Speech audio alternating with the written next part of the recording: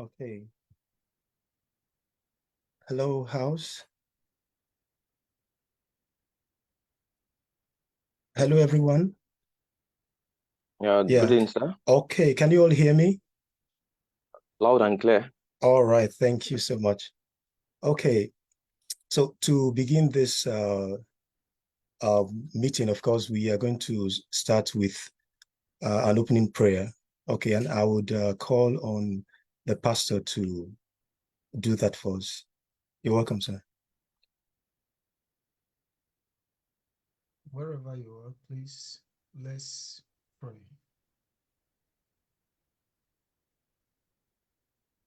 In Jesus' name we pray. Amen. Faithful God, we thank you for today. We thank you for this glorious gathering of minds that are aspiring for greatness, aspiring to be assets in your hands, to make impact in their generation.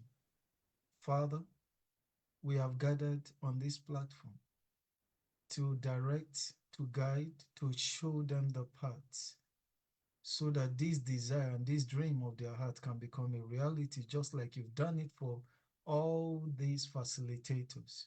We ask that you will guide the words of our mouths. Help us to be able to communicate wisdom and help us to hold each participant's hand and lead them until they not only apply for the scholarship, but they get the admission and they find themselves here in South Korea, and eventually your name will be glorified in Jesus' name. We cover Amen. this entire occasion with the blood of Jesus. We ask that only your name alone will be glorified. Thank you, Father, for we know you've answered. In Jesus' mighty name, we prayed. All right. Amen. If you believe God answered the prayer, say big amen. Amen. All right. Thank you very much, Pastor. Okay, you are welcome everyone to this wonderful program. All right. I would want to start by saying good morning, good afternoon, good evening from wherever you are connected from. Okay, so this program is all about scholarship opportunities in South Korea.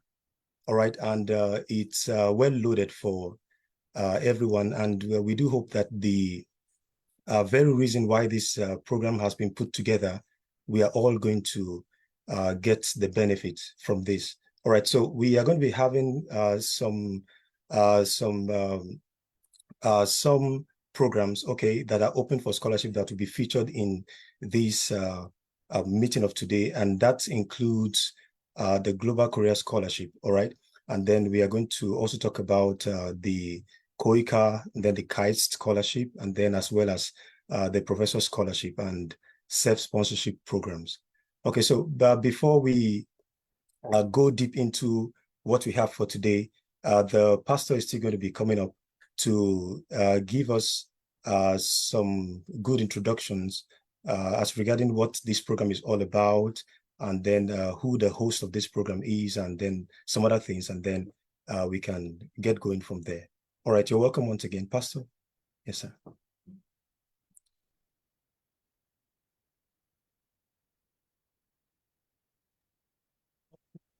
Once again, I want to welcome everyone to this platform. Just like our moderator said, you are in for a time of actualizing the dream God has given to you. We are talking about scholarship opportunities in South Korea. And let me bring to your notice that this is the third edition of this noble workshop and seminar. We've had the seminar twice and the result has been awesome. Number two, I want you to understand that everyone on this platform is a benefit or a beneficiary of these scholarships we are talking about. So they are not novice. You are talking about experts, those who have gone through the path you want to go through and who have emerged successful. So this program, you are going to learn so many things. Get your pen, get your jotter by your side. And we also want to let you know that At the end of the day, everything about this program the materials will be sent to the WhatsApp platform, so you can download it and make reference to it. And we are streaming live on Facebook as well as on the YouTube. So you can always go back and watch the edition. The previous edition, the first edition and the second edition are on our YouTube channel. You can fall back to them because a lot has been channeled. Now, I want you to understand that this program is packaged by the academic community of Deeper Christian Lab Ministry here in South Korea, as well as Southeast Asia. By the grace of God, the Deeper Christian Lab Ministry was founded by Pastor W.F. Kumuyi, who is our general overseer.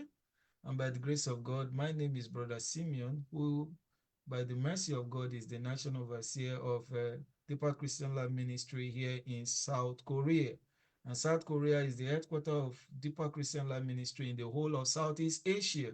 So you are welcome on board, because the men who are going to teach you are not just experts, they are not just intellectuals, but they are also spiritual giants who sees themselves as ambassadors and, people who God has sent to this land to conquer this land for Jesus.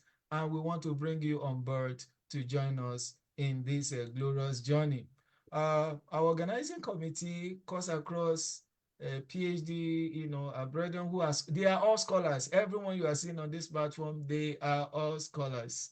So we have Brother Fasusi Samuel, we have Brother Sanusi Bayonli, we have Brother Oye Sheto Kolade, we have Bro Israel, we have Bro Latuba Susama, we have Mrs. Okoyemi, we have Sister Deborah, and we have Brother Patrick Enesha, and all other people behind the scene whom you may not be seeing, who are pressing the button to bring this program across to you. So on behalf of all these wonderful brethren, and on behalf of all the Deeper Christian Lab Ministry here in South Korea and Southeast Asia, let me let you know that Southeast Asia covers South Korea, Thailand, Malaysia.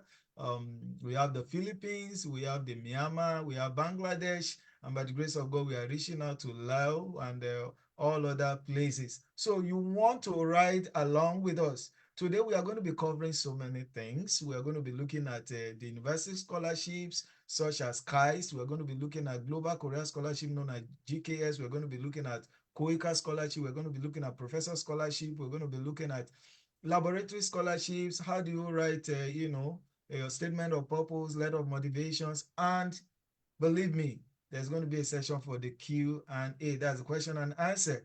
And after that, we are going to load you with prophetic utterances that will bring you to South Korea. So you don't want to run away. You want to stay put as you enjoy this program. So once again, the Deeper Christian Lab Ministry here in Southeast Asia is fully ready and committed to help you to come to South Korea. So come along with us. The Lord who has done us good will do you good. On this note, I want to hand over back to Brother Patrick Enesha, who is the moderator of today's event. Stay along, ride along with us, and I'm sure he will hold you by hand until we bring you to South Korea. May the Lord make this event of today a fruitful one and a result-oriented in Jesus' name. Amen. All right, thank you very much, Pastor. Okay, so we wouldn't want to take so much of your time like the pastor has just spoken. We would want to go straight into the program of the day. All right, I would just want to give you the order of program so you would be abreast as touching all the things we'll be talking about. So as it regards the various scholarship opportunities we're going to be talking about in just a few moments, we would talk first about the KAIST scholarship, and then the GKS, as well as the KOICA, and then the professor scholarship, and that's going to be tied with the self-sponsored programs for those who be interested in having to do something like that. And then we would get to teach you how to prepare statement of purpose and then letter of motivation. So these are very important factors that you have to put in place before in order to make a good application for your scholarship. And then we would have the session of question and answer, and then the remarks, as well as the closing remarks by the pastor before we say goodbye. All right. So in starting this, we are going to be inviting the speaker for the KAIST scholarship, which is the University Scholarship for KAIST program. So before I invite him to take the platform, I want to say this because we wouldn't have so much time to attend to all of the questions that would be coming in. So I want to advise that while the next facilitator is going to be speaking, the first facilitator is going to be speaking, I want you to put in your questions on the chat box. So if you have a question while he's talking, put in your questions so we don't have to wait until the question and answer time before you start throwing the questions, so we can sample a few questions that are very important to everyone, and then we can provide answers. All right. So I want you to join me all as I make welcome our brother Sanusi Bayonle for the KAIST sponsorship program. All right, you're welcome, sir.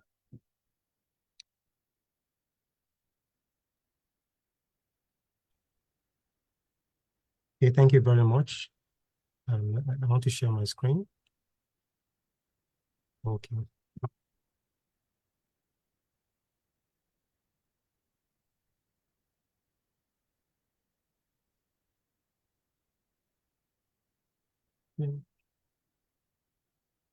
Okay, thank you very much. I'm actually speaking on one of the what's it called? One of the scholarship that is actually in Korea, which is the KAIST scholarship.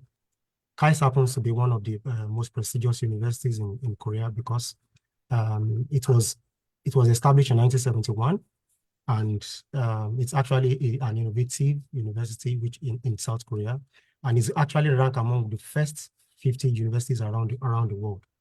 So not to waste much of our time, why do we have to study in Korea? Korea is actually a place where a lot of innovations is actually being brewed, and one of those places, one of those hubs is actually Daejeon, where KAIST is actually being located.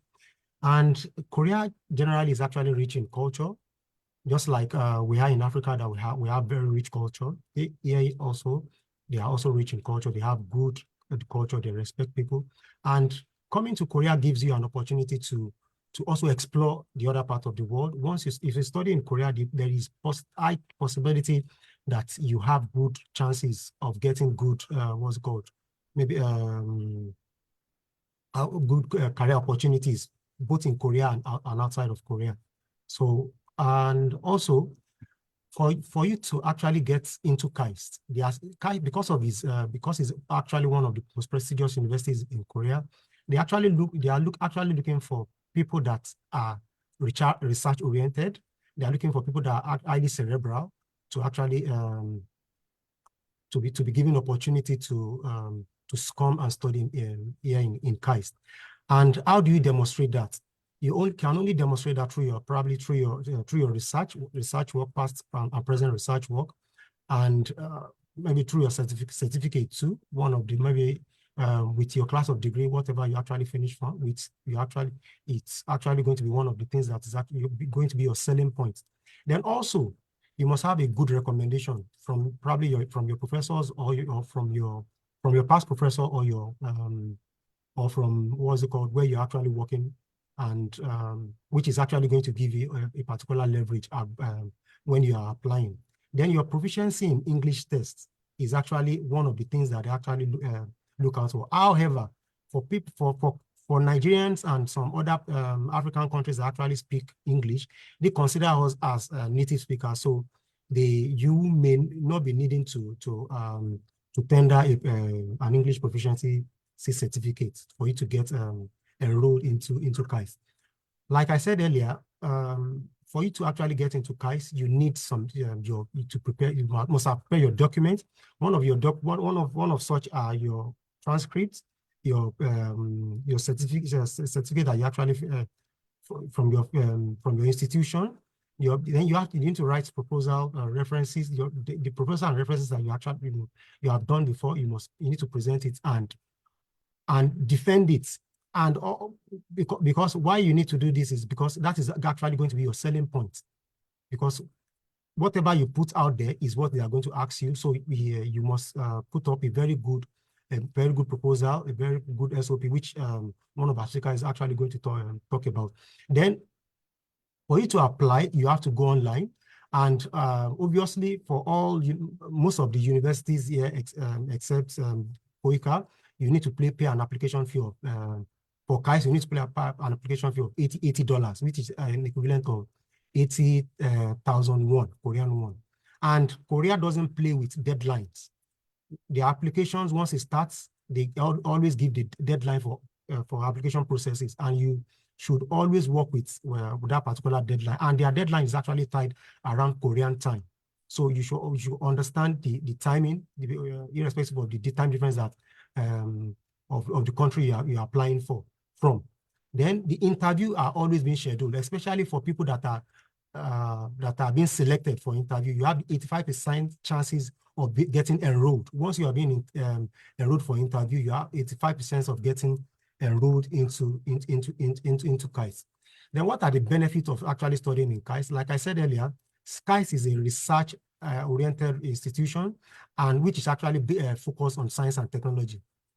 It's all the institution always updates its curriculum. Of recent, 2023 is actually update virtually all the curriculum of all its faculties. And that tells you that they actually follow trend, especially because it's actually an innovative institution. And studying in KAIST also means that you have research opportunities of studying here, and also having collaboration with people or institutions outside Korea. And KAIST is actually located in Daejeon, which is actually the hub of technology in Korea. And it's actually a reputable university among all the universities that is in Korea. Then this is what the screen that you're actually seeing is actually the timeline that is being given for KAIST application. The application actually starts on the 4th of March, which is next month, and it ends on the 25th of March. So it's expected that those that have their documents ready, they should get ready by 4th of March. They will log on to the website and follow the application through. And there's a time for document submission and arrival. Your document, once you apply, and you have to get your document sent to Korea. It has to get to admission office of in KAIST by 3rd of April, and the deadline is 5 p.m. on 3rd of April. That's 2024. And after then, the application will be reviewed, and the period for reviewing the application is between the month of May. After which, candidates that were successful will be shortlisted for interview. And once they are shortlisted for interview, and the ones that actually scale through after this interview will be notified of their success and will be given admission. And once they are given admission, that's when the journey of coming to Korea will start. Then these are some of the faculties and colleges that are in KAIST. We have College of Natural Science, Life Science, and Bioengineering. Engineering has a lot of departments under it. These are what's it called, the department that are actually under the College of Engineering. Then we have library arts and convergent science. There are a lot of departments that are under various faculties that you see. Then the most important thing about some of this application is that, one, you have to make up your mind now, presently, now that you want to apply. Make a decision that, okay, yes, I want to apply now. You must probably you can start writing your statement of purpose, your motivation letter. You need to start putting them down, writing them down. Then you need to start preparing your documents. What are these documents? Your passport, your transcript, your certificate, all these things have to be ready, and you need to notarize and authenticate all these documents before so that you can send them over when the application and the call for application actually start. And most importantly is that once you use your email to apply, you need to stay informed, especially with the email, because it will be a mode of communication between you and the admission office. So you don't want to miss any opportunity. So once you apply, please stay informed and stay glued to your email. Thank you very much. Okay, thank you very much, bros Sanusi. Thank you so much. Okay, so we are going to be talking next on the Global Korea Scholarship. Okay. For that, we are going to be inviting the next facilitator. But before then, just in case you're just joining us, all right, I want to say that if you have any question while the facilitator, speaks on, I would like for you to quickly put your questions down on the chat box. So enter your questions. And please, for those who will be putting in their questions, please put something like question, okay, before you ask your question, so that we can differentiate questions from just normal inquiries that would be on this program. So please just make a little header question before you put down whatever it is you want to ask. All right. So join me to make welcome Bro Kolade Oyesetang. Okay, you're welcome.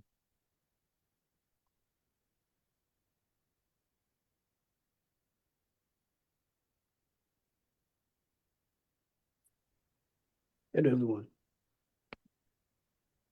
Hello, everyone.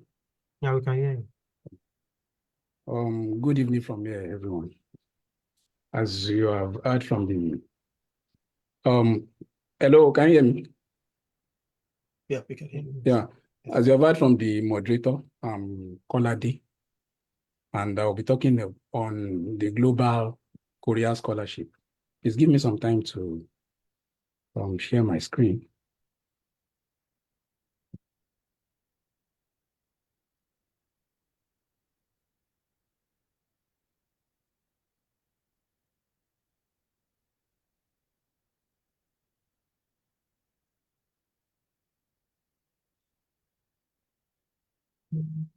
Can we all see my screen now? Yeah.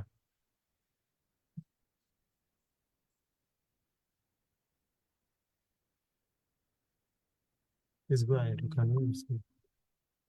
Okay, so I'll be talking on the Global Korea Scholarship. So I'll be introducing the scholarship to us, the method of application, the duration, the application time, and the benefits of applying for the scholarship. The Global Korea Scholarship is designed to provide international education for countries that share affiliation with Korea in order to deepen mutual friendship between Korea and the participating countries. So it is sponsored by National Institute for International Education through the government of South Korea. So NIID is the sponsor of this scholarship. And majorly, there are 3 programs that are being run for this scholarship. We have the master's degree program, the doctoral program, and the research program. For the master's degree program, it is 1 year of Korean language program and 2 years of master's. So you would learn the language for 1 year and then proceed to the actual master's for 2 years. Then for doctoral students, 1 year of Korean language, then 3 years of PhD program. For the research program, it is either 6 months or 1 year. There are exemptions for the language program. There's a language test called TOPIK. So if you're a prospective applicant and you have already written the TOPIK exam before applying, and you have a TOPIK 5 or 6, a TOPIK level 5 or 6, you'll be exempted from the language program. So that means directly you proceed into the 2 years of master's, if you're a master's student, or 3 years of PhD, if you're a doctoral student. Then for the research, you do not need to go through the 1 year of language. So you just proceed into the research program. So it is either 6 months or 1 year. So the method of application, there are 2 tracks for Global Korea Scholarship. There's the embassy track and the university track. The embassy track, the application for embassy track always comes before university track. So that means you can apply for embassy track through embassy track before university track. So in the embassy track, you have the opportunity to choose 3 universities. So, and this is how you will do it. There are type A universities and type B universities. So I think type A and type B is based on ownership. If I'm going to use the Nigerian system, you know, we have federal government and state government. So type A universities are, so to speak, federal government universities. Then type B, regional, they are owned by regions, the regional government. So if you want to apply using embassy track, through embassy track, you must at least choose one university one type B university, then 2 type A universities. It is not advisable that you choose 3 type A universities.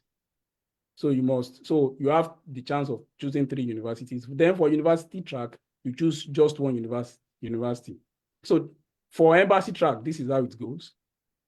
I will still talk about the documents that you need, but just to explain the flow. After having all the documents, you need to apply directly at the embassy. That means you collate all your documents following the stated procedures and take to the embassy, the Korean embassy in your country. So after submitting the documents and they have gone through your documents and the documents meet the requirements, you are called for interview. If you do not follow the laid down rules in the collation of your documents, or any of the required documents is missing, you will not be called for interview. So you are called for interview.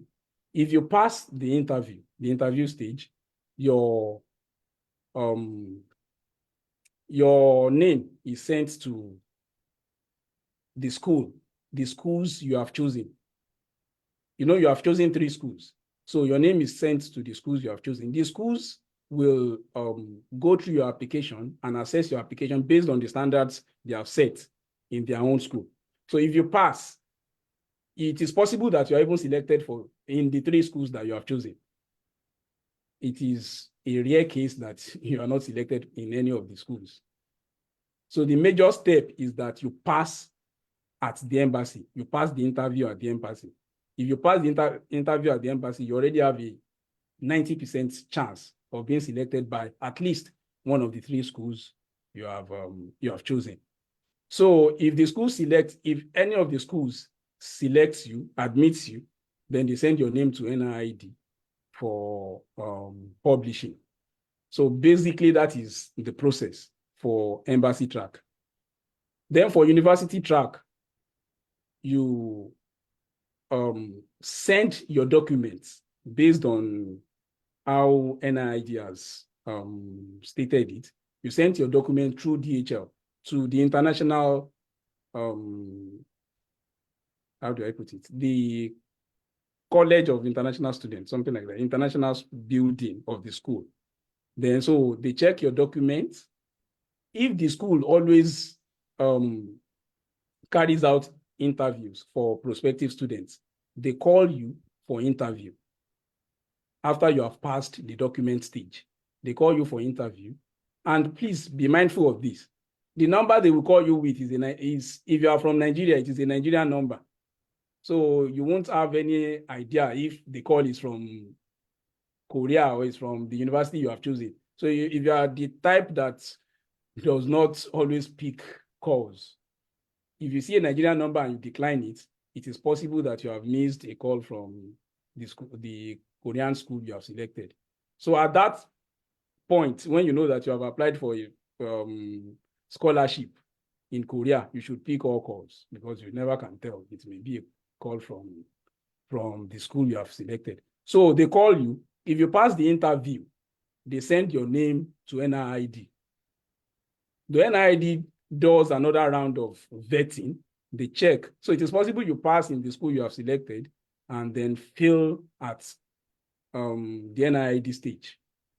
So after you have passed NIID, then your name will surely be released for the scholarship. So now that is basically the process for application. Then the documents required. Now the form is out, the application is on. So I would advise, before I go to the document, if you apply, it is better to apply for embassy track first, because if you apply for embassy track and you fail at the embassy level, you can always change your application. You can always reapply for the university track. So that gives you 2 chances. Apply for embassy track. If you see that you are not shortlisted after the interview stage, you can, there are schools, you know, the deadline for university track is based on the institution. So you check for schools that are still receiving applications, then apply. And in application, depending on the kind of credentials you have, the kind of profile you have, if you know that your profile is weak, so to say, you should not go for the high-ranking schools. Because if you go for, let's assume Seoul National University is one of the most prestigious schools.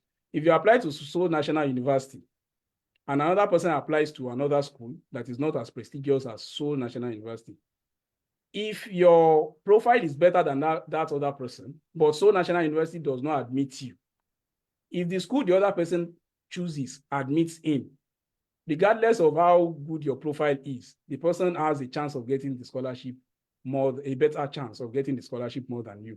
So depending on the kind of profile you think you have, you should be very mindful of the school you choose. That is also very key, because the school is the first, for the university track now, the school is the first to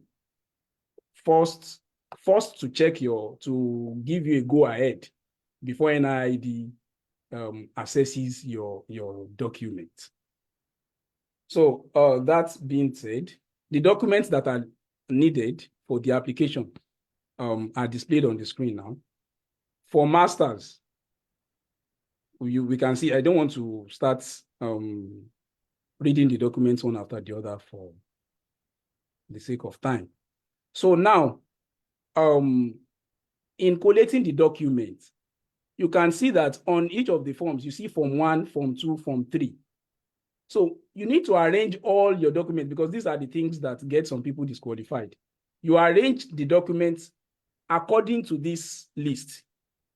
If you put Form 1 where you should put Form 9, automatically at the document stage, you'll be disqualified. So you need to arrange the documents based on this list. And then you write on it. If it is Form 1, you write Form 1 on it. If it is Form 2, you write Form 2 on it. So these little things matter a lot. No matter how strong your application is, if you do not follow all these little instructions, the application will not be accepted. So then you can see some optional requirements there. For example, English speaking test, TOEFL and IELTS. Both of them are optional, but it is better you have them because it increases your chance. Why? Now, this year, in this year's intake, they said that if you have an English test, you'll be given English or TOPIK test, you'll be given a 10%, or how do I put it? You have a 10% chance over people who do not have these language test results. So you have a higher chance if you have TOPIK or TOEFL. No matter the level you have in TOPIK, even if it's level 1, level 2, just include it. Then TOEFL or IELTS, if you have it, it also increases your chance.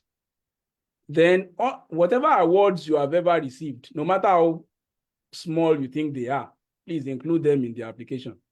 Even your National Youth Service certificate in Nigeria, because they don't know. To them, they would think, this guy has even served his country. Nobody knows that it is compulsory in Nigeria. They won't know. So it is also an addition to your application. And anything, maybe one time you are the head of department, you are the president of your department in school, you have received an award that seems to be little. Please include all those awards in your application. Then leadership qualities, any volunteering certificates, all of these things matter a lot. So we need to include them in all our applications and ensure that the applications are arranged, the documents are arranged based on how it has been stated here. For the personal statement, in writing your personal statement, they have a format for it. So in your personal statement, they will write plan. So your personal statement, another speaker will speak about that. But you have to include, because they give a better somebody with how do I put it? If you are coming from a family that is not well to do, you have a higher chance of getting the scholarship. So please be clear. If you know that you don't have, if you know that you do not have you were not brought up with a silver spoon, please state it there, that these are your background, your academic background, your volunteering experiences, your leadership experiences, all these should be included in the personal statement. Then in the study plan, I need to talk about this. Write your language study plan. When I wanted to apply, this is what I did. Under my study plan, I wrote language study plan. Before coming to Korea, what are the things I am doing currently to ensure that I get familiar with Korean language and culture? I added it. While in language school, what are the things I will do? I specifically stated it, that I would join a Korean church. I didn't know what the future held at that time. So I said I would join a Korean church. And with that, I'll be able to relate well with Koreans. So I think that alone, if anybody reads my study plan, he knows that I have a concrete plan towards being good at the language. Then after language school, what are the things I'll still be doing to ensure that I do not lose touch with the language? Then after writing that, so language study plan, I wrote it before coming to Korea, while in language school, then after language school. Before I go to the actual study plan, when I start my my master's program. I'm a student of electronic engineering, so I showed, in the study plan, I wrote what I have done in the past in terms of research, and how those things align with what I want to do after coming to Korea. Then what are the things I intend to do that will make me to perform very well when I actually start my my degree program. So those things are clearly stated in my study plan. Then future plan after study. After finishing your master's or PhD, what do you plan to do? Do you plan to return home? Do you currently have an organization where you work, and with the knowledge you have garnered in Korea, you want to go back and improve that organization? Or do you want to work in a Korean establishment where you'll be able to apply whatever you have learned? You need to clearly state your future plan. With that future plan, they will know that you're not just here for the money. You are here to improve yourself and improve your society with the knowledge you have garnered. Documents for authentication and legalization. It is not all the documents you are submitting that will be notarizing. Proof of citizenship of you and your parents. Academic proof of citizenship, your birth certificate, your parents' birth certificate, or national ID. You need to legalize them. Academic transcripts.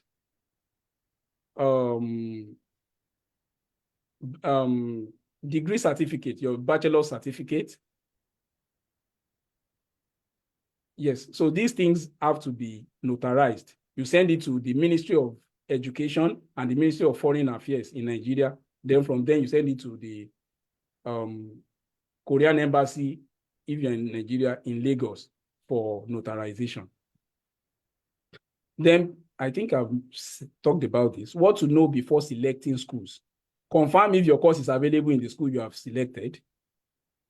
Check the requirements of the school. Each of the schools have a file that they always release for the purpose of this scholarship. So you need to download those files from the TOPIK, the NIID website, and check to see that the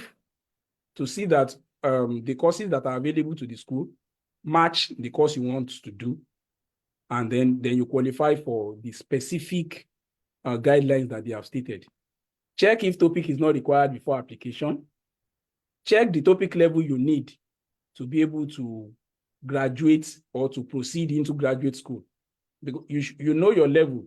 If a school is requesting for TOPIK level 5 and you know that it may be difficult for you to achieve TOPIK level 5, look for a school where they are not requesting for more than TOPIK level 3, so that you don't make life difficult for yourself when you eventually get to Korea. If you can get a supervisor before applying, I think it is better.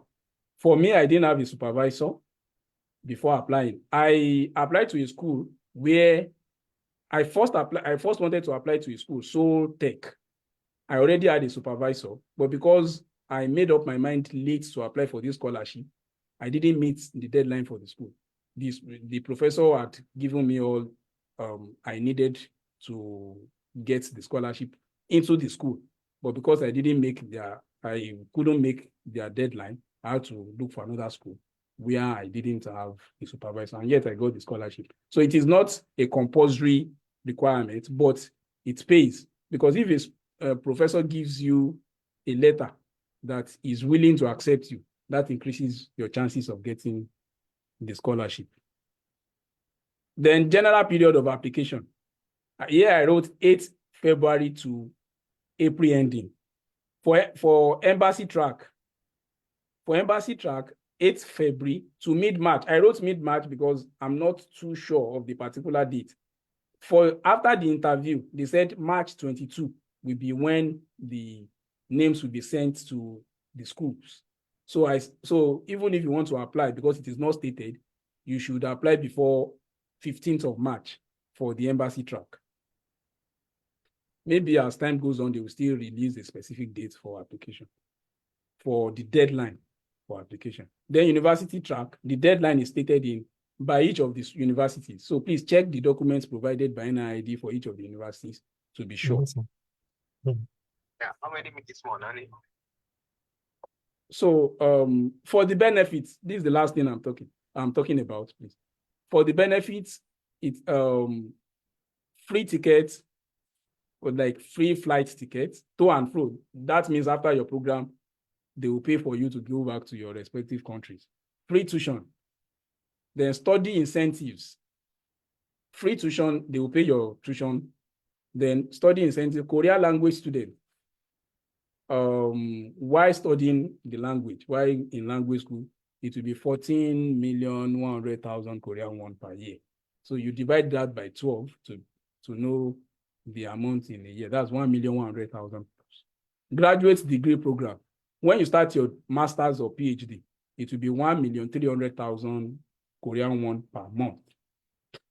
Then for research students, I think that is around 1.5 million Korean won per month. This has just been reviewed this year.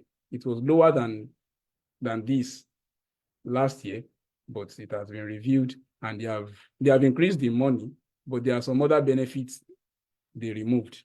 I don't want to go into that. So I think I've come to the end of the presentation. Thank you so much for this. All right, thank you very much, bro Kolade. All right. Okay, so that was on the Global Korea Scholarship. Okay, so moving next, we'll be going to the KOICA Scholarship. All right. So I would want our subsequent facilitators to please keep to time. All right. Okay, so I would want to make welcome still Bro Sanusi Bayonle. Okay, welcome, sir. Thank you very much. Let me share my screen now. Okay, so while he's sharing his screen, if you have any question, I want you to put your questions on the chat box. So put your questions on the chat box and please put the header question, okay, so that we can easily access those questions. All right, you may go ahead. Okay. Oh, thank you very much once again. This version of the Korean scholarship is actually KOICA. The full acronym of KOICA is Korea International Cooperation Agency. And actually the scholarship is as a result of cooperation between Korea and its other developing partners. And those developing partners there are actually 90 countries around the world. And its mission is to contribute to the common prosperity of the world through mutual development and cooperation between this Korea and its global partners. KOICA is actually a scholarship that comes yearly, and it's of two versions. There is a particular one that's actually ongoing now, which is the late January. They actually call it late January, just like the other speaker said about track. They call it late January track and March and April track too. However, KOICA scholarship is actually meant for public servants. What I mean by public servants are these are civil servants. They are meant for civil servants, and it's actually designed to nurture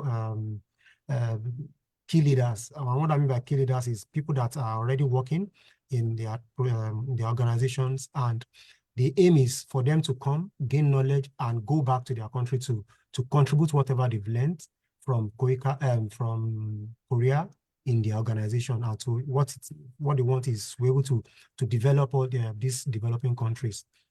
And like I said, Korea has a partnership with 90 countries that's developing countries, and these are the citizens that can actually enjoy this particular scholarship. So what are the benefits of this scholarship called KOICA? Like, one of them is you have a full tuition coverage, and what it means is that they all your tuition will be paid, and whenever you're coming, they're actually going to pay your air ticket, which is both to and fro. Actually, why we put all these things is that because some of this benefit that you're seeing there is not listed in other scholarships, but for KOICA, these are listed in KOICA scholarship. I think, okay, brief about KOICA scholarship.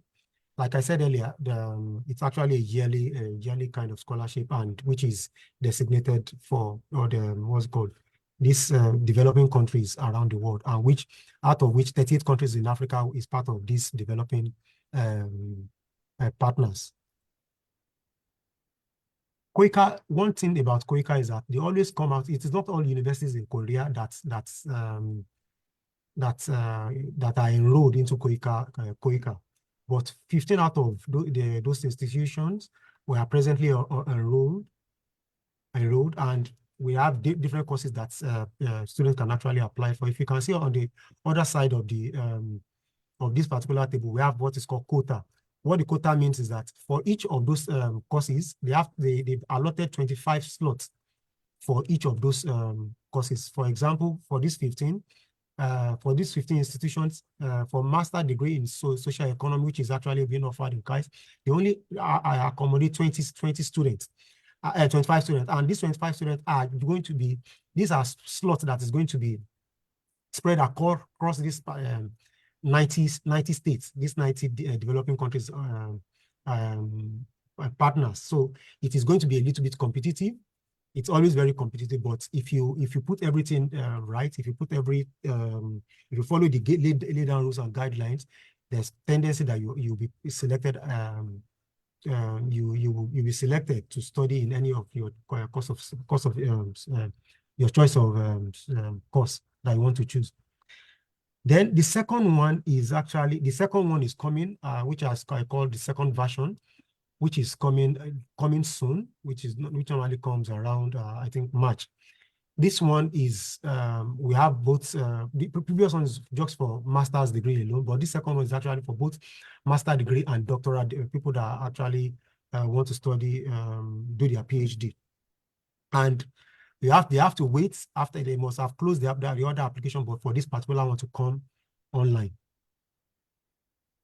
For eligibility for people that want to actually apply for Koika scholarship, one of it is that one, you must be nominated by your department, by your ministry or your department. You must be nominated. Like I said earlier, it is actually for government officials, for civil servants, and for people that want to actually study masters, you must have at least 2 years experience in your field, in your present field.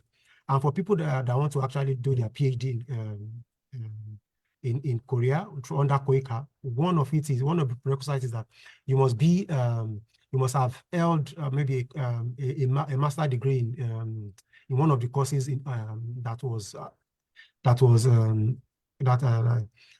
what's it called? You must have had one of these master degree in one of their institutions for you to be able to be eligible to apply for PhD. And you must not be more than 40 years of age.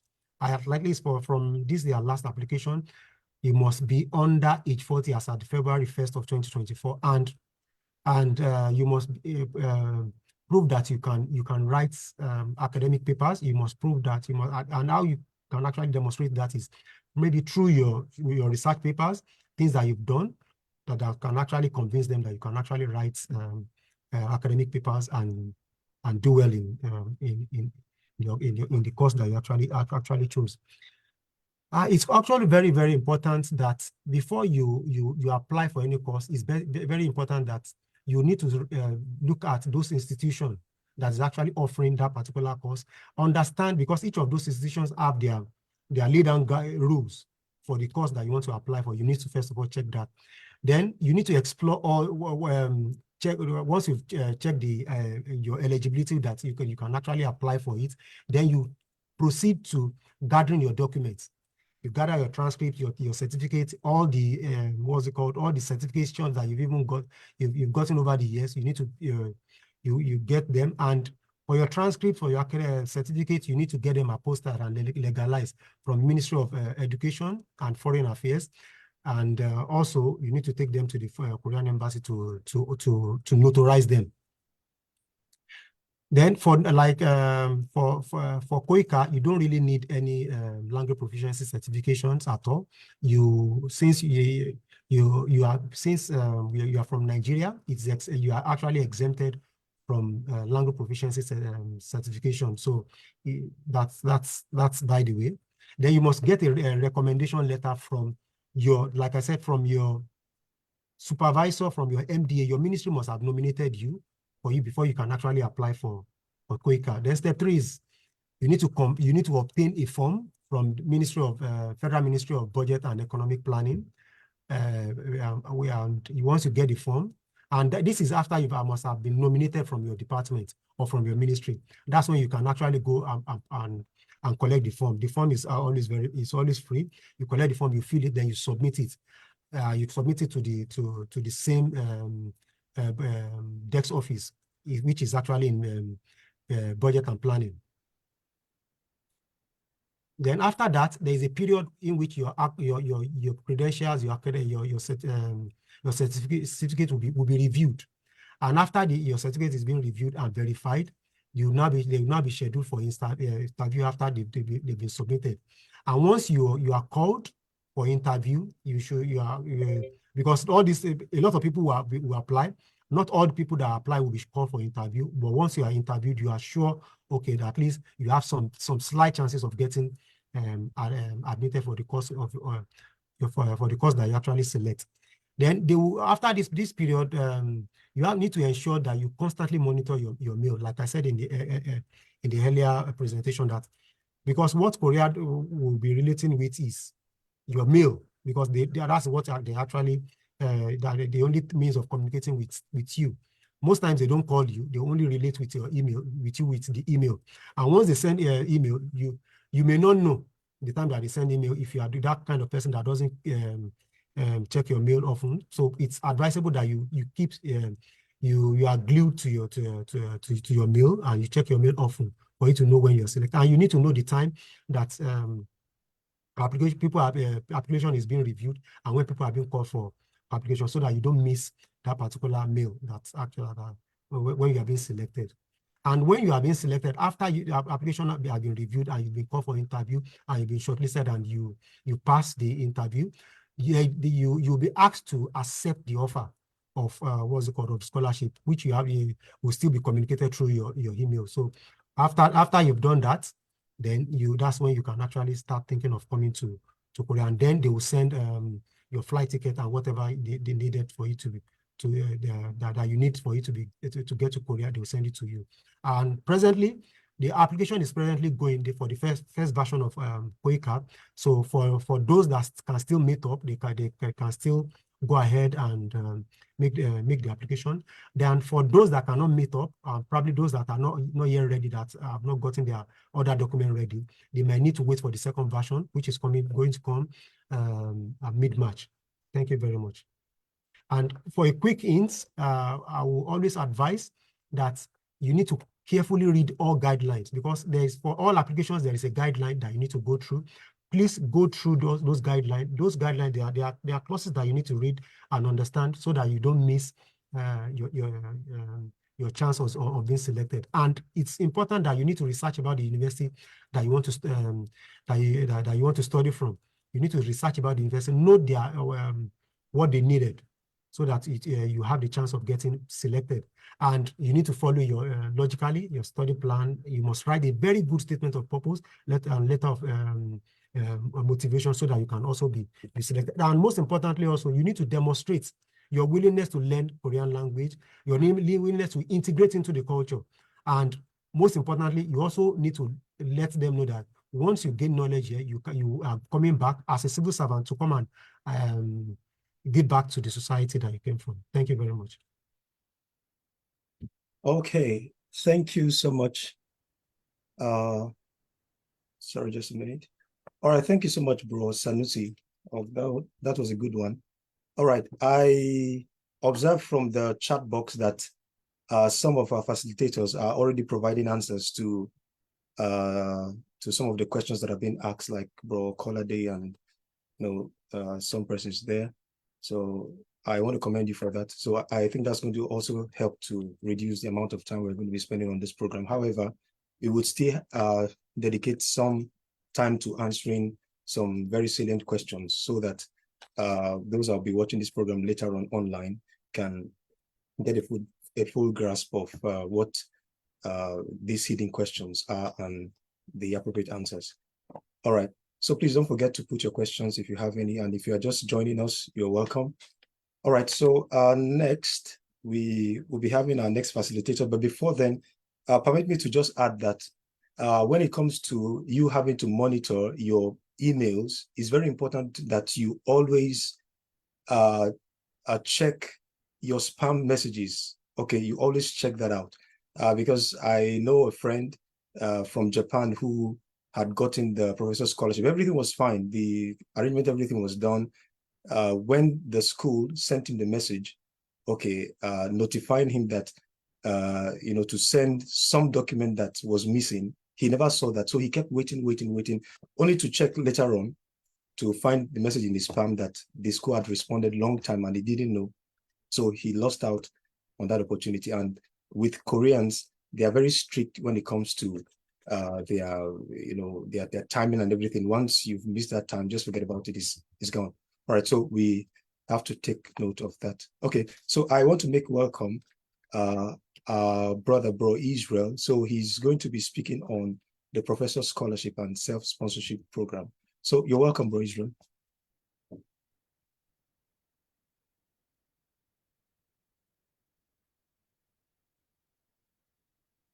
Thank you very much. I'm going to be speaking on Professor Scholarship and Self-Funded. So we'll be looking at the introduction about it and how to reach out to the professors and the documents that you need to prepare, and also the timeline that this may take. So make sure you listen attentively. Yeah, this presentation will show you straight to the point guidance on securing a research position here in South Korea, which is to be fully funded by you or by a professor. We move on to reaching out to the professors themselves. Majorly, you have to prepare an email, which should not be more than 4 paragraphs. And in the first paragraph, you should briefly introduce yourself and your current academic standings. These are very important to ensure that the professor gets to know you better. And you should express admiration for the professor's work. But how can you express admiration for the professor's work if you don't know what he does? So you need to take some time out to look at what the professor actually does. Express your interest in working with the professors. That's the second paragraph. And you should also mention relevant courses or projects that you have done before that align with their research, because the professors will be looking at how you can be a good addition to his team. Many of them already have a team here, and they always want to expand at every point in time. And the reason for that is because of a lot of research going on here, a lot of activities. So you need to make sure that you mention things that will sell you out very well in the email you are writing to the professor. And the third paragraph, though optional, I would recommend you discuss how you are drawn to their research interest. You know, what interests you the most about what they do? What do you want to do also? And also pinpoint why you think his guidance will be very valuable to you. Like, okay, maybe you can read, and you can tell him that you've read some of his papers. You can tell her that you've read some of her papers, and then you feel like, oh, you are doing what I'm very interested in doing too. So, and I think if you guide me right, because you obviously have a lot of experience in this, would also be good in your team. And the last paragraph, you need to request for discussion. Some people don't always add this. You need to make it a conversation, like a continuous kind of conversation with the professor, and then you appreciate him for considering your inquiry. I just want to go straight into a template. This that you're looking on your screen is actually the email I sent to my professor. This is the very first email I will be sending to any professor, and it worked out for me. And I only told him how I'm interested in this laboratory. Then I introduced to him what I have done so far. I'm a graduate of mathematics and all those things. And I told him that I'm going to be using my data analytics experience to be a great addition to his team. So he was interested in this, and he sent me, he replied to my email almost immediately. So this is very important. You need to just ensure that you look at what the professor is into, and you should align your interest to that. If you notice, I pinpointed something here, which is the CV. The CV is very important, and we'll take a look at how you should prepare that in a jiffy. Yeah, CV. In your CV, you should have your biodata there, which should exclude your state of origin. This is just about international stuff. So there's a lot of things you need to eliminate from your CV if you've not done so. Your CV should be, your biodata should be in your name, your nationality, and your email address, and also your phone number. Those are the basic things that should be there for biodata. And then your education and qualifications plus some dates. You have to date all your education and qualifications. And if you've got work experience, it's nice to add those too, and the dates. And if you've also got some kind of other kind of experience, like volunteering experience, even though optional, and if you see that, okay, it aligns with what you want to do in the laboratory, it is good. You can even have some kind of leadership experience here too. It shows that you can lead a team very well. awards and certificates or certifications. This is very important in the sense that if, for instance, you received some awards in your schools, it makes your application very, very rich. And in terms of certifications or certificates, like all these kind of online courses, if you remember, I've been sharing something about data analytics to us in the WhatsApp group, just for us to add to our CV. If we don't have something like that, those things actually enrich your CV and your applications. You need to also mention soft and technical skills in your CV, together with the research interest. This is very important. Make sure that you develop your CV in a way that it will align with what the professor is also doing. And then you may or may not add references. This is very important, where to find openings. I'm going to talk briefly about this. I have this link here. You can, if you click on this link right now, you're going to see a lot of openings for a lot of universities right now. And this is the reason I always recommend that if you go for GKS, nice. If you go for Quaker, nice. And if you go for the other one, which is KAIST, very nice. But in this case, you have a lot of opportunities. You can just come through and take your time to look at what aligns with your interests. Take your time to look at what is best for you, and then shoot your shot. You never can tell which one will work out. And then laboratory websites. This can be difficult to find, but from the link above, when you get to the university websites, you go to the research button, and then you'll be able to see a lot of research institutes or a lot of research laboratories in each of the universities here in South Korea. And many of them have a lot of scholarships under the disguise of professor scholarship. Because in professor scholarship, there are companies sponsoring all these kind of openings, like Samsung, like BK. BK is Brain Korea. Brain Korea consists of a lot of companies and all those things. There's a lot on this. And so you can never miss out on scholarships like this in South Korea. Many people in South Korea are sponsored by professors. Dedicated WhatsApp group. This is where you can also find some of the links. In my case, I was in a group like this, and then, January 2022, and then I saw the opportunity. I didn't go straight to apply. I just I tried to find out the email of the professor, and I wrote him that email. The very first time I will be writing an email to a professor, and then he was interested, and then I took it up from there. So all these things are very, very important. Of course, LinkedIn too. A lot of opportunities are shared there. Take, for instance, my laboratory. We shared the opportunity about our openings. We still have a lot of openings right now, and on LinkedIn. And the person in charge of it received a lot of CVs, a lot of applications, and so on.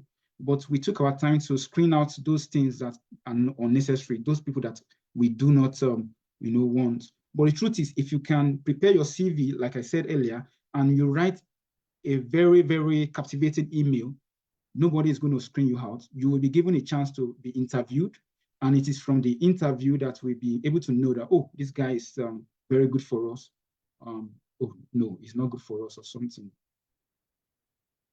Documents preparation, even though some of our facilitators have talked about this, but I'm going to mention some of them which are very important, which is international passports, whether you're in Nigeria or not.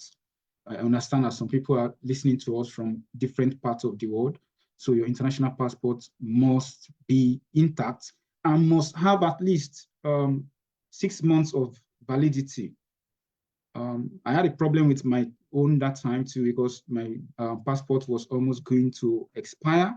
But thankfully, I was able to get it done, even though it was so difficult in Nigeria. But these days, according to the news, I think you can get your passport done in less than 2 weeks, which is a very nice development. The official degree certificates are very important. Official or unofficial transcripts, because some people may still be having it very difficult to get their transcripts. So if you've got some unofficial transcripts, it's still okay to put together when you are trying to reach out to professors for scholarships. Language proficiency certifications, though this one may not be necessary for Nigerians because we are very good when it comes to English language, but you never can tell. This may be required in some universities. In my university, for instance, we were exempted from this kind of language proficiency. But in some other cases, you may need to provide that you are very versatile, you are very good when it comes to English language. Your study plan, of course, someone is going to talk about this. Study plan can also be called statement of purpose and all those things. There's a lot of names they call this, but this must also be well prepared as one of the documents that you require to get a professor scholarship. Parent citizenship certifications. Of course, this can also come as international passport too, or national identity card in Nigeria. But for other country people, it could be their international passport or anything that's ascertained that these parents of mine are from this particular country. This is just to make sure that, okay, this scholarship is going to the right person. Recommendation letters, you need to get that prepared. In my own case, I only needed just one recommendation letter from my professor back in Nigeria, and it was so easy to get. Career certificates, like I said earlier, all those things that you have built up yourself on over the years, they are those things that will help enrich your application. And many professors, especially if you align with their interests, we never want to push you away. They want to come draw you closer, especially when you have some technical skills. Your CV, like I said earlier, your CV must be very detailed and must be purposeful. I put down here that a pessimist sees the difficulties in every situation or in every opportunity, but an optimist sees the opportunity in every difficulty. I prepared a timeline here just to let you know how these things work here when it comes to professor scholarship. If you start reaching out to professors by now, you may be given interview slots even in this month.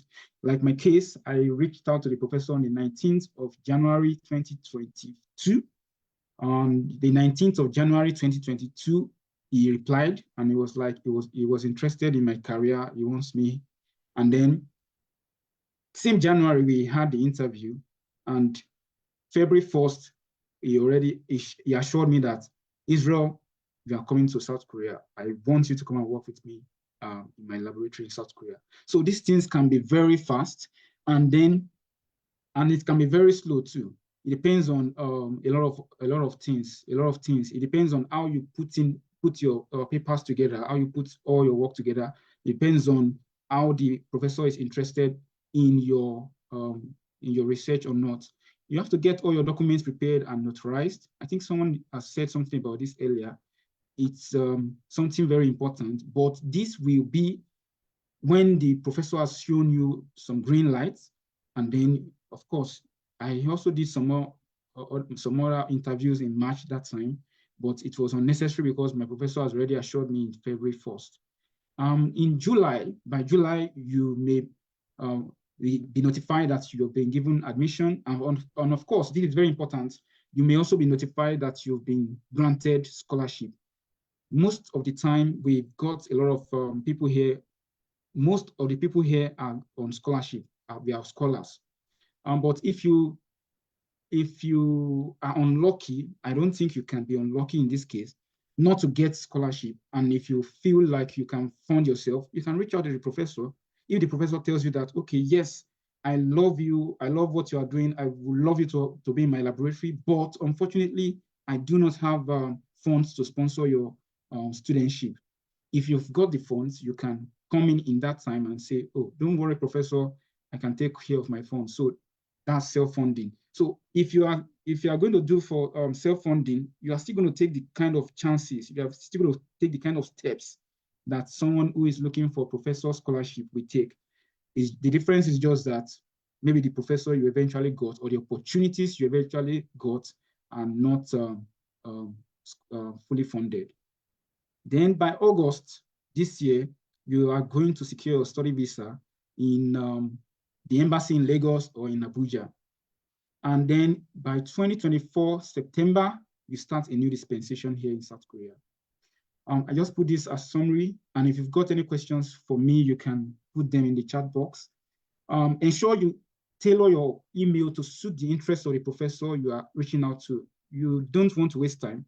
Make sure that you study the professor very well. I would advise that you even get some papers that he has written in this laboratory, read some of them, and then from your email, you can even pinpoint that, okay, I read in so-so paper that you wrote and this, I was very impressed about these things, and I feel like I can do something like that too. I have these things that I want to do and all those things. Those are what the professors want to listen to. You can write it in English language. Some of them, I've got some people that will interpret it to them in Korean language, and you can also translate it in Korean if you can. Get all your documents ready as soon as possible. This is very important so that you don't miss out on the opportunities eventually. Enrich your CV regularly. So if you've got some new training before 2020, before September, for instance, keep updating your CV. And then this is very important, make your LinkedIn profile very captivating. The reason for this is because when I reached out to the professor the other time, that was in 2022, some of the people in the laboratory, the senior members in the laboratory went to my LinkedIn profile to check what I've been doing so far. They wanted to know if this guy is real or not. So you need to make sure that your LinkedIn profile is top notch. Thank you very much. Okay, thank you, Bro Israel. Thank you so much. All right, so moving next, we will be talking on the statement of purpose. Okay, for this particular presentation, I would like you all to give it a very rapt attention, because when it comes to the statement of purpose or the letter of motivation, this is where you get to sell yourself. This is where you sell yourself. And for some of the applications, the SOP, the statement of purpose or the letter of motivation, it's a very important aspect, such that if you don't sell yourself the right way, so you may as well not just get, what you are expecting. So I wanted to pay attention so you can get all the nitty-gritties, all it takes to write a very sound and captivating letter of motivation for your scholarship applications. So join me as I make welcome Bro Samuel for his presentation. You're welcome, sir. Yeah, welcome everyone. Can you all hear me? I would like to know. Yeah, it's clear. We can hear you. Okay. Yeah. So I'm talking about statement of purpose or letter of motivation. And I'll make us understand the fact that this statement of purpose, okay, these are the table of contents, SOP and LOM, which is the letter of motivation, the difference between them, why is it required for admission, different important aspects of this essay, leave analysis based on review of those that have been successful, then question and answer. Yeah, so what is statement of purpose? This is a personal statement whereby you as an applicant, you are showcasing your academic experience, your background, your career goal, your proposed plan to be impactful in that lab or in the department you are going to. This will actually shows that you are a suitable candidate. And letter of motivation also is a one-page letter that expresses how suitable candidate can be considered for this program and should also be considered for a funding. And for the letter of motivation, it's always attached with the curriculum vitae.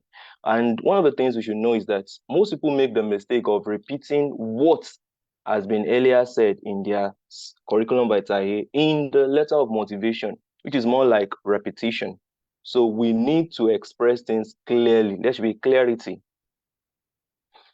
The difference between these is though both are similar, but there are differences. The SOP is more elaborate than the letter of motivation.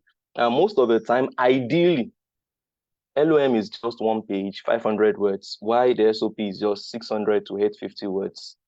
And these outline, the SOP actually outline your background, your skills, your ability, why you are choosing the institution, why you are choosing that course, what is your future career. So it is like, oh, this person actually fits for this scholarship, fits for this admission.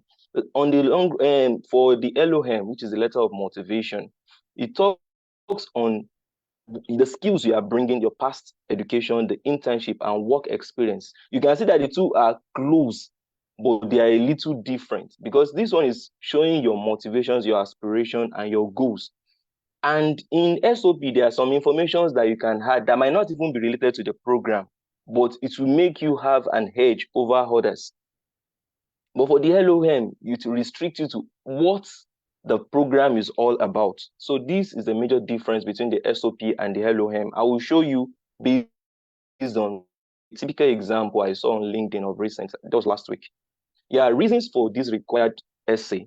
You know, some of us will be saying, why do they need this SOP or the letter of considered as a supporting document for financial aid as a graduate student, because they believe in the fact that for you to be a graduate student, you'll be writing articles, you'll be writing, and some journals, some labs, they write for Nature and top notch. So they will look at the flow of your ideas, how you write, your writing skills is being expressed, one.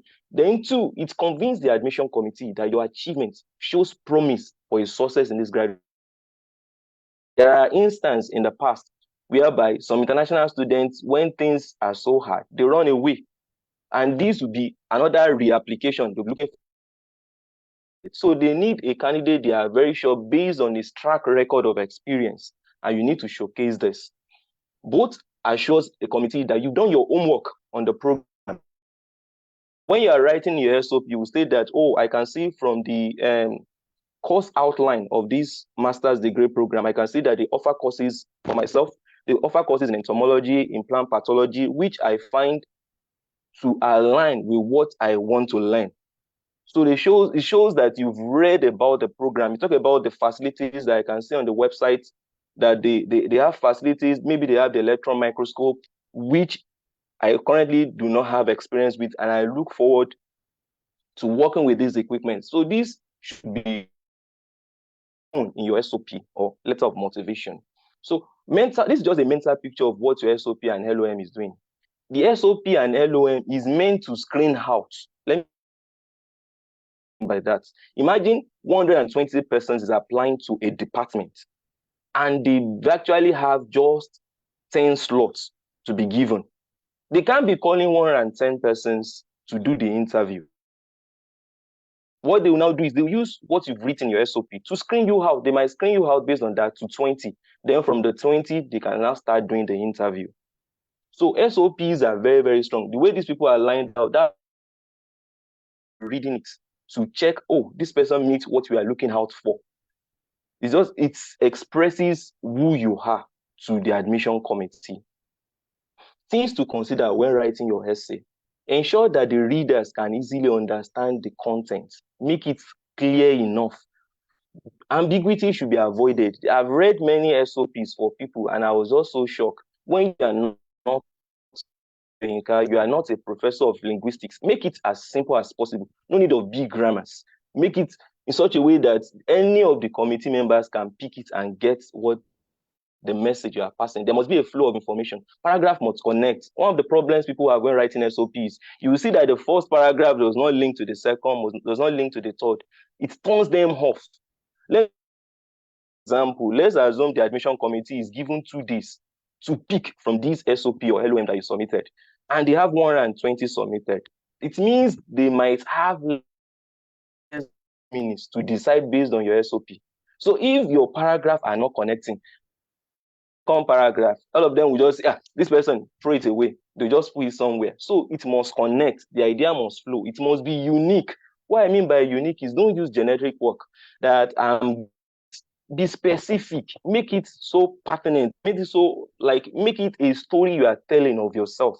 Make it so unique enough that they'll be like, this guy, this guy has something to offer. Is the essay convincing enough? Please ask people, because there are many times people send SOPs to me and I'm looking at it and I'll ask them, you yourself, if you are the funding body, will you give funding to this kind of SOP? Ask yourself that question, that what I've written, is it convincing enough? Then convincing yourself that it's convincing, because in a real sense, we are partial to ourselves. We don't tell ourselves the truth. Find friends to critique your SOP. Look for like minds. Send it to any of those anchors in this program, or send it out to those that have traveled abroad, that have been through this program, through this process of graduate studies. Let them create SOP. Then the last thing, avoid plagiarism. In 2021, something happened in the US. A student was offered admission. I think maybe the person has gone to the embassy, but immediately the university that his SOP was plagiarized and they cancel out the person. The person lost the admission. The person could not travel out again. So please, plagiarism is a sin, is a great offense. Don't say because you are tired has gotten the admission and you are doing the same course, you repeat the same thing. There are plagiarism checker and softwares all around. So please make sure everything you are writing is personal and don't plagiarize. So one of the things you should consider when writing your SOP, follow the prompt. What I mean by follow the prompt is, for every university that you are applying to, they would have stated that for your SOP, this is what they want. These are the things we are looking out for. Follow it. Use personal details. Don't talk about others. This SOP is about yourself. Like if I'm to write an SOP for now, let me use most of the things I use. Like I always say that based on the past, I love to work on sustainable crop production. That's my field. And in the past, between 2015 and 2019, an effect of fall armyworm, whereby 26 states in Nigeria were affected by fall armyworm, which affected maize production. I discovered the problem. So I'm trying, then based on this, I seek scholarship in this. Like presently where I am working on aphid that affects soybean. You can see that what I've experienced in the past, what Nigeria has experienced is a problem. I'm making it personal to the experience of what they are offering here in Korea. Do you understand what I'm trying to say? Make it personal. Write about yourself. Write for your audience. What I mean, write for your audience. Make it, when you are writing, put the mind of who you are writing to mind, that really appeal to the person. Make it clear about your goal. Then one of the basic things I want us to know is this: in writing SOP, you will proofread, you will edit. Speaking with a guy, Dada Ayodeji, the guy is the first 5 person in Unilag. I was speaking with him in 2019. He said he spent 3 months writing an SOP because he was applying to Stanford, and he got the admission to Stanford. He said what he did was, after he called some of his edited, he sent to those that have gotten that same admission, and they proofread it, and he got the admission into Stanford. So you need to proofread, be prepared to do that. So, and another thing is, you need to introduce yourself. I will talk more about this later. So important aspect of the SOP, identify a major problem in your community or your country. Nobody give funding for someone that do not have an ambition. What is your research interest? This must be the first paragraph in your SOP. Like I was saying, fall armyworm was a problem in Nigeria, and there is a postulation in the field of crop production that by 2050, the world population will be 9.6 billion, and there will be food scarcity. And if these insects continue, it will cause a reduction in crop production. That alone is a research interest that I've already spelled out. How has your past education aligned with your research interest? When I was writing in my SOP, I stated that I took courses in entomology, which is about insects. I took courses in plant pathology, of which previously I was working on plant viruses. So working on plant viruses is a field in biological stress. When you talk about biological stress, we talk about insects, we talk about I'm sorry I'm using myself as an example, but I'm just making it as an example so you can understand. When you talk about insects, when you talk about pathogen, insects are insect vectors. They carry the pathogen. So I'm making it to also understand that my past education and what I'm going for, they align. So I showed how they relate. Then later, why do you need this degree? So I'll just make you understand that it's my fear that if the world continue like this, there will be wastage of food, there will be losses of food. So I need this knowledge of host plant resistance, which Nigeria does not really do so much. What Nigeria do in control of this insect has always been chemical control. And by the word, I made it know that there's effect of use of chemical, there will be toxins, there will be toxic, everything. I mentioned all those problems. That's why I need this degree to study this. What will this degree do for you? I mentioned my short-term and long-term goal. I want to work in this place and I need this degree. By the time I have this PhD to qualify me to be a senior researcher and so and so, I mentioned that. Conclude with why you should be considered for this admission funding. Then you now convince them that I have met all the requirements for this and I am mentally prepared for the rigor of there must be an assurance. This must be stated in your SOP. Things to note in your LON: you have to introduce yourself, state the program you are applying for, express your enthusiasm for the program, your academic achievements, previous degree, coursework, how your coursework relate to this new course, your research, the research projects you've embarked on previously, your research interest, be specific, why it aligns with this program. Then your professional experience, the internship, I did research. Like basically, let me use myself as an example. One of the things that actually attracted my professor, why he accepted me, was because I actually did my master's research in IITA, International Institute of Tropical Agriculture. And he has also he did some work in Malawi in another institute. So he believed anyone that comes from IITA must be sound. That was the only reason why he picked me. So just imagine I didn't put that in my SOP or in my letter of motivation when exchanging mails with him. He wouldn't have considered me. So there are some factors that you need to mention. Don't trivialize any small details. You did internship maybe in Nestle or something, put it there. Anything that shows your research capability, your professional experience, your skills. You can do SPSS, you can do SAS, you can run R, you can run Python. Mention all those things. Your critical analysis, your communication skills, mention them. Your future goal, you must explain it. You don't show yourself to be of no ambition. Think big. Let them see that you are thinking big. So that all those professors, when you become so great, most of the times I've seen that most professors, they start talking, my students, they are in so places. You understand? So let them see the big picture of what you have attained. That's why if you see some lab, they will tell you that my previous PhD student is in Cornell. My previous student is in so. You understand? So let them see that your goals align with what they are emphasizing for anyone they want to offer this funding. So fit with the program demonstrates how you understand this program unique features, the teaching math. That's why I was saying you must go through the website of the university, you must go through the website of the lab to know what it entails. Then summarize your points, reiterate your enthusiasm, express your gratitude, and end the letter on a positive and don't be doubting. Express that. This is a sample SOP. We'll rush through it. It might take our time, but I'm just pointing at the red points. If you look at this SOP, this person, I saw this on LinkedIn, that was last week. So I just copied it out. It was a successful candidate. This person itemized a problem, and the major problem was human activity, which has exposed man to global warming, pollution, pandemic. And he also stated clearly what he wants to do, which is the Masters in Forestry. Then he now mentioned what he's interested in Masters of Forestry, not just the Masters of Forestry, climate change mitigation and adaptation measure. He stipulated it was so clear. The person now mentioned that previously he studied in Unilorin. He has a theoretical knowledge in geological, agriculture, animal, biological control. He mentioned that. He mentioned the courses he took, forest mensuration. He mentioned the courses that align with what he's coming to do. Make sure you do that. Then he mentioned that when he begins the program, his focus will be on environmental degradation, this and that. Then later on, he went further to mention that the major reason why he wants this is he believes this master's program is the best option for him to tap into forestry. Then he went to talk about that what he wants to understand is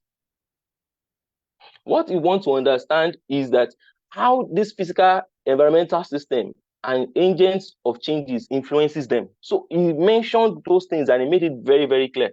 Then he now mentioned the university he's applying to. He mentioned why he's picking the university. Why are you picking the university? It's a ranked university. Faculties are well equipped. Departments, libraries are there. He mentioned all those things. Then he also mentioned that the lecturer he wants to work with.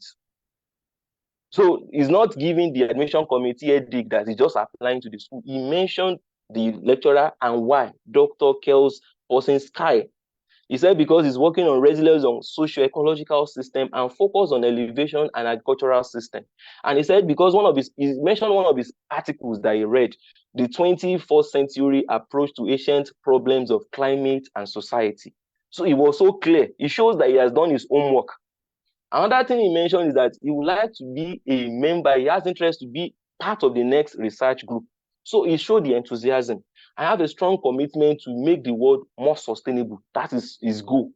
So he talked about an assurance that I have a good work habit and we do my best in your program. My passions and commitment to the field study is inspired by me to take important steps that will redefine my career, and my master's program is one of them.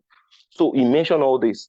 Let's move to LOM, letter of motivation. This person addressed it to the professor.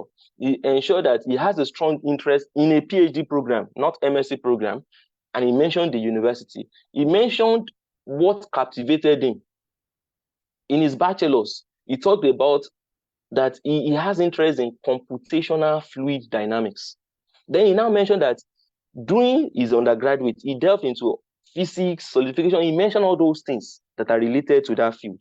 Then later on, he now went to mention his final year research.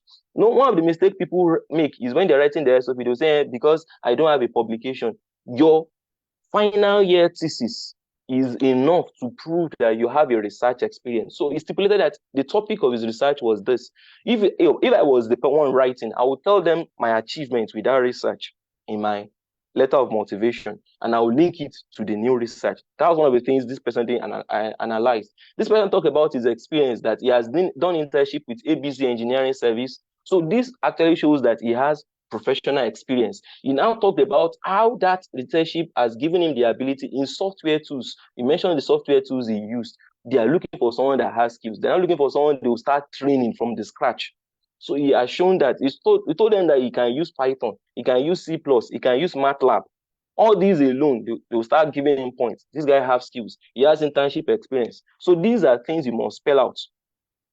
He mentioned how he's a good fit for the lab. He mentioned all those things. He demonstrated his expertise in turbulent modeling. Then now he went to the university. He talked about the atmosphere, the facilities, the academic, the record of the faculty members.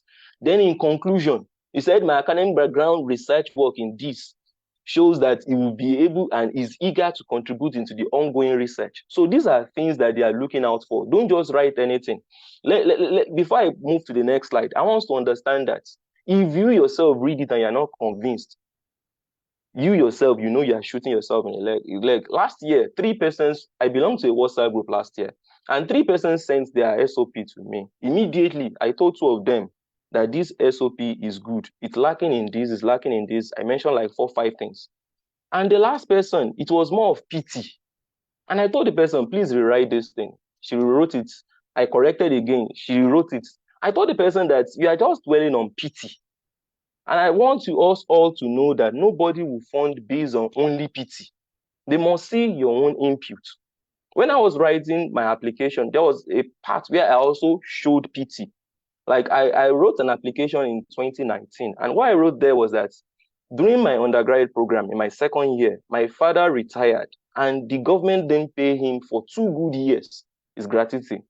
I said during that time, because I had a CGPA of above 4 points, I was qualified for a scholarship for 3 good years. And also in that process, I applied, I was doing a teaching job for undergraduates. I was taking mathematics, which was not even in my field. And I was being well paid. That alone didn't show my weakness alone. So it's good to show your the pity side, but please don't dwell on the pity alone. Why I'm telling us this is, for those coming to Korea, most of our arrivals are Asian countries like China, like Vietnamese, like Indians. And these guys, in terms of academic performance, they are better than us. What I mean by academic performance is, in Nigeria or in Africa generally, our CGPAs might not be as good as those in other countries. So you are disadvantaged at that. The only option you now have is your SOP to sell yourself. So we need to market yourself very well. Conclusion, a SOP is lengthier than LOM, but both create a connection between your history and your future plan, stating that you're a good fit. You have to convince them within reasonable doubt that you're a good fit for this graduate studies. And it's important to check, when I said ideally, this is the difference between SOP and LOM. One of the major things you should know is this: the university portal is the final say to writing your SOM and your SOP and LOM. Why I'm saying this is because some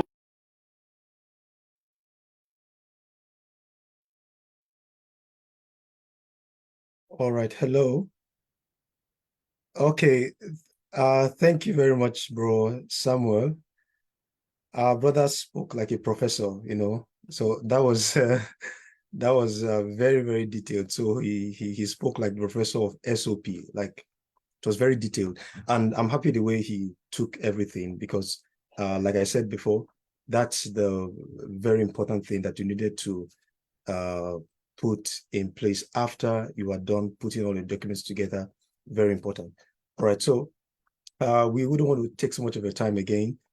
We are almost done with this program, and now we are going to go straight to the questions and answers. So that's what we're going to be taking right now. And I would just want to ask the facilitators to quickly just run through the questions on the chat box, and then I just spot out those ones that are particular with you. I believe by now you should have gone through the questions to see those ones that are specific to what you spoke about, what you presented about. So I will just want to again give a round slot to the first speaker. Okay, but if you have checked and there's no question that is connected to what you presented about, then you just simply tell us, okay, no question, okay? Okay, then for those who you have checked and then you've seen questions that were specifically directed to you, then you just simply attend to those questions, okay? So as I'm talking right now, you could just be doing that while I'm just saying these few things. So if you have questions that are specific to what you have presented, then you can just answer those questions. Then we'll move to the next slot goes to the next presenter, and then to the next, then we have it. But if there is none, then we just pass. Then the questions that are more general, okay, general, that is not necessarily tied to any presenter. So we could just handpick one or two of the facilitator to provide us answers with, or whichever of the facilitator has best answers. So you just signify, you just send me a message and then you can provide us with the answer. Okay, so I want to give space now to the first presenter, that's Bro Samuel. I think some questions have been directed to you. So could you please just state the question and then give us the answer? All right, Okay. You're welcome, Bro Samuel. Okay, thank you very much. The first question that I saw that's related to KAIST is that good morning. I saw that KAIST offer digital humanities on your screen. I'm an art student and I'm just learning a little about digital humanities. As an art student can also apply for digital humanities. Actually, yes, but you should understand that this is a science school, and for them to have actually put in there that digital humanities and that's you want to study, you can apply, but you must show that you must go through the university website, especially for that department. There's a particular requirement or in that particular department which you need to check, and if you think you meet up with the requirement, you can apply. Then another question talked about is the KAIST scholarship meant for graduate students alone? For this particular track, is just for graduate students. The undergraduate students is actually those application normally comes out around, I think, September. And for KAIST, there's always an application fee of $80, which is approximately 80,000 Korean won. And another person asked, does KAIST accept HND? Yes, they accept HND if you have a PGD. You can combine it together and they accept it. And for somebody that has HND and PGD in civil engineering, yes, of course, you can also apply and you'll be definitely given opportunity to study. Another question says, does KAIST does KAIST have a fully funded scholarship? Yes, that's what we're actually talking about. KAIST offer fully funded scholarship, although some of their requirements are quite different. Some of the benefits are different, but you need to go through the department website to understand the benefit that is actually attached to that particular course that you want to study.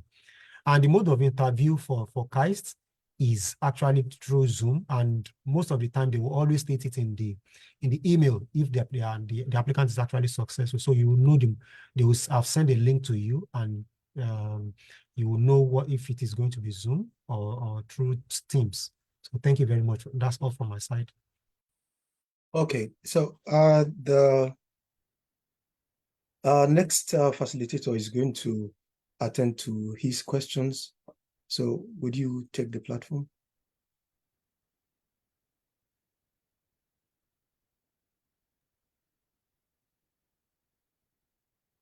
Okay, we Yeah, cannot hear hello. you. Okay, Can fine. you hear me now? Go ahead. Yeah, that's fine. I've provided answers to many of the questions, but the one here is how do we pick schools? Please, on the GKS selection of universities, can I pick 2 schools from A and 1 from B? The recommendation is that you pick at least 1 school from type B universities. So if you pick 1 school from type B universities, I think you may decide to pick all 3 schools from type B, but just ensure that you don't pick all 3 schools from type A. So that means you can pick 2 schools from type A universities, then 1 from type B. So the only stated recommendation is that you pick at least 1 from type B universities.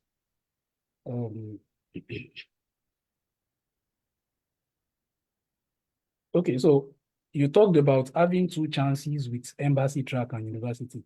Does that mean you can authenticate your documents twice? Yes, you can, but the 2 chances I was talking about is that if you are not selected after the interview and you still have schools whose applications are open as at the time of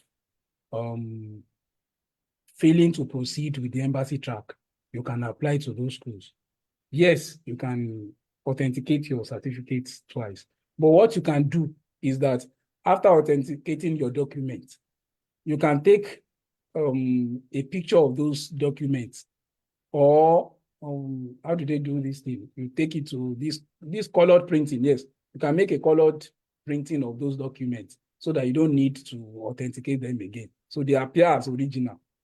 So I think to save costs, you can authenticate once and ensure you have copies of the authenticated documents in case you want to reapply for other programs. Do you have some more questions? That's all right. I can't. Okay, so you can just take the time and still go through while I through this question. There's someone here, there's a brother from Moscow. He's saying that he's a language student over there and that he has the intention to study medicine in South Korea. Now, his question is, he wants to know if there's a chance for him to get a scholarship without having to go back to Nigeria. And he also added that he wants to come in for an undergraduate program. So I think Bro Samuel, the one who spoke on SOP, I think you may be able to give us answer to this question, or okay, is he there? All right. Okay, I'm here, but I didn't get the question clearly. Okay, the question is, our brother Gideon from Moscow, okay, he is currently a language student over there, and he wants to know if it's possible for him to get a scholarship to study medicine in South Korea without having to go back to Nigeria. So he wants to know if that's possible. And plus, he's an undergraduate. He wants to come in for undergraduate. I wouldn't get it so clearly, but he puts here that plus it's undergraduate. Like I think he's coming in for an undergraduate program also. I don't know. The mix up here is he coming from medicine or is coming for undergraduate? He said that he intends to study medicine in Korea. Okay. So he's asking if there's a chance for him to get scholarship to study medicine. That I'm not really familiar with that, with the course actually. Okay. I'm not familiar with the course All actually. right. So I wouldn't know. Sorry, can I provide answer to that? All right, Pastor, go ahead, sir. Yes. Now, let's understand that most medical courses in Korea are mostly purely for Koreans. Sure. Most times they are, the language of communication is Korean language. So if you want to come in to do medical courses, you need to prove that you'll be able to understand the language of communication.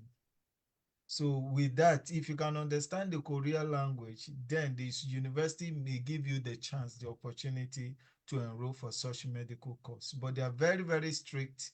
The language of communication for most medical courses are usually Korean language. So the best bet is if you come into Korea to do Korean language studies and you can show mastery in Korean language study, if you then use it to apply for a medical course, sure, you will get it. Thank you. All right, thank you so much, Pastor. Yeah, I'm seeing a number of questions here that has to do with getting a scholarship with HND certificate.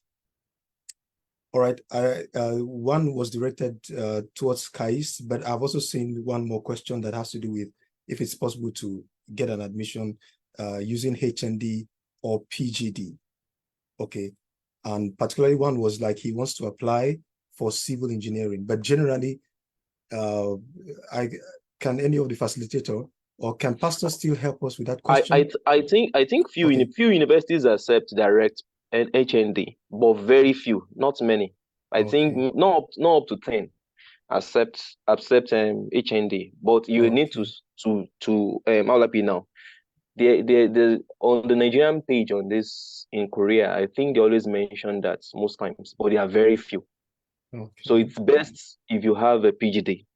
But if you don't have a PGD, you have to now look down into the few schools that the problem is they are not so familiar with the polytechnic system. Even if whenever you bring it, because there was a time I made an inquiry, I had to call on behalf of someone from here to speak with the international office of another university. And what they told me is, what is HND? Because they are not familiar with it. That's the challenge. Only very few universities are familiar with it. All right. Thank you so much. I wouldn't know if the pastor has something to contribute to that. It's very simple. It's just like he said. Now, the truth is that most universities of technology is synonymous to what we call polytechnics in Nigeria. So there are some few universities in Korea that accept HND.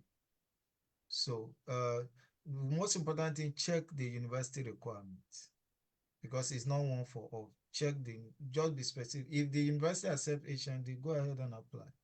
If they don't, there's no point wasting your time. Thank you. All right. Okay. You also permit me to add that as regarding that question, you can also try to write a mail to that particular university explaining the type of result that you have or the type of certificate you have, just in case they may not know what kind of description your certificate carries. You can just send them a mail, explain to them. If they say it's okay, that's especially when you write to the admission office or something, so they can tell you, okay, go ahead, just bring in your document. All right, so that's just to answer that. Then also, I think after now, we are going to be taking questions from, if there's any questions that has to do with KOICA, we'll be taking questions for KOICA. But before that, there is a question here, and that the person is trying to find out, just a minute, on age limits. Okay, age limits to scholarship. So for this, I think for postgraduate, you shouldn't be more than 40. You should be under 40. Okay, or I think as at the time of application, you shouldn't be above 40. All right. So then for the undergraduate, I do not know the age limit for undergraduate. I think I can't remember. Can somebody help us with that? I don't know. Okay. Does anyone you can signify for the undergraduate the age limit? Okay, for AI, it is expected that anybody that is coming for undergraduate should not be more than 30 years of age. Especially for KAIST here, it's expected that the person should be above 18 years old. Okay. And most of the time, it's not more, the person should not be older than 25 years of age. All right, thank you so much. So do we have any questions from that relates to COICA, bros? Okay. Any questions? Okay, I saw one question that says for COICA scholarship, for someone who works in the higher institution, where do I get the nomination from? I already responded that the person should first of all get nomination from his school, from his or her school. Then, but the nomination will have to be enrouted to Federal Ministry of Budget and Planning, because the desk office of COICA is actually there. I don't know if they've actually taken the office away, but it's there, and they are the one that's actually coordinating it for the country. So all nominations should pass through Federal Ministry of Budget and National Planning. All right, thank you so much. There's also a question here. Someone is asking. Okay, just a minute. Okay, yeah. Someone is asking this question that he wants to know if it's possible to apply for another master's if you already have one before. Okay, so like I think what this person is trying to know is when applying now, should you like indicate that you already have one master's and they want to do the second one? So can I don't know who is going to give us answer to that. Can Pastor, could you please help us with that question? Number of masters or the number of degrees you have is not a disadvantage for you to get another one. So whatever, if you want to do, it's possible you want to do 10 masters, go ahead. It's all your time. So if you have a previous master and you want to do another master, there's nothing wrong. The most important thing, show the productivity after the master, because if you say you already have a master, you want to do another master, between the time you had the master and now, do you have publications? Are you still on in terms of, so show productivity. That's the most and very, very important thing. It's not just accumulation of certificates. And please, I think every other question you have, please, we will answer them on our WhatsApp group because of our time. We need to bring the program to a wrap because as a church, we have another program slated coming up in less than a minute from now. So please, all your questions will be answered on the WhatsApp group. If you have not joined the WhatsApp group, please join the WhatsApp group. Our facilitators are going to provide answers to all your questions there. And all the materials for this program will also be dropped on the WhatsApp group. Of course, for those on Facebook, we have started answering your question on Facebook. On YouTube, we also provide answers to your questions on YouTube. So please, because of our time, we need to, I will please enjoy the moderator to bring the program to a wrap. Thank you. All right, thank you so much, sir. So on that note, we are going to take the benediction from our pastor as well as the closing prayer. All right, sir, you're welcome.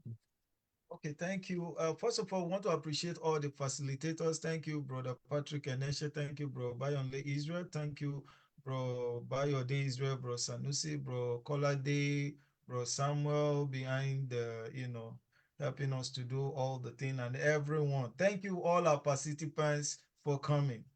We have told you this is the 3rd edition. Check the 1st edition and the 2nd edition is on our YouTube channel, even on our Facebook. Most of these questions you are asking, we have covered it in previous section. How do you go about what's the difference between legalization, authentication, and notarization? Everything has been covered in previous. How do you go? Where is the embassy located? Where is it? Do I go to the one in Lagos or the one in Abuja? Everything has been answered. So just watch, take your time and go through. So we want to sincerely appreciate every one of us for staying put. The Lord needs you in South Korea. Here in South Korea, we are all missionaries. Somebody said, is South Korea safe? There is no place that is not safe with Jesus. We are here. The scholarship and the PhD, the masters and the PhD we came here is just a means to propagate the gospel.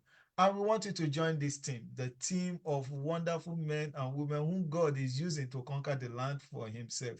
We want you to come and join this winning team. And we hope that as you put into practice everything our facilitators have taught you, please, if you write SOPs, we are always available to help you to scrutinize it, go through it, help you to edit it, do everything we need to do to make sure it is top notch.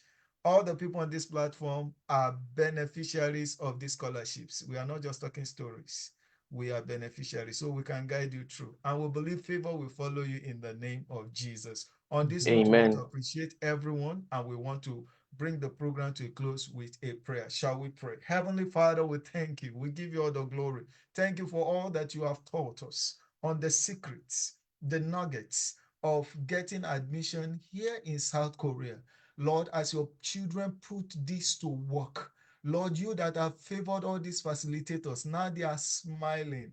Now they are asset to their generation. Now they are ambassadors for Christ here in this place, and they are agent of transformation, making, oh Lord, plausible impact in every nook and cranny of South Korea and beyond. Heavenly Father, for these ones that have joined us on this platform, this also will be their testimony that this year will not escape them. They will get these scholarships and they will come into South Korea, and the church of God will be multiplied through their efforts and their exploits in the name of Jesus.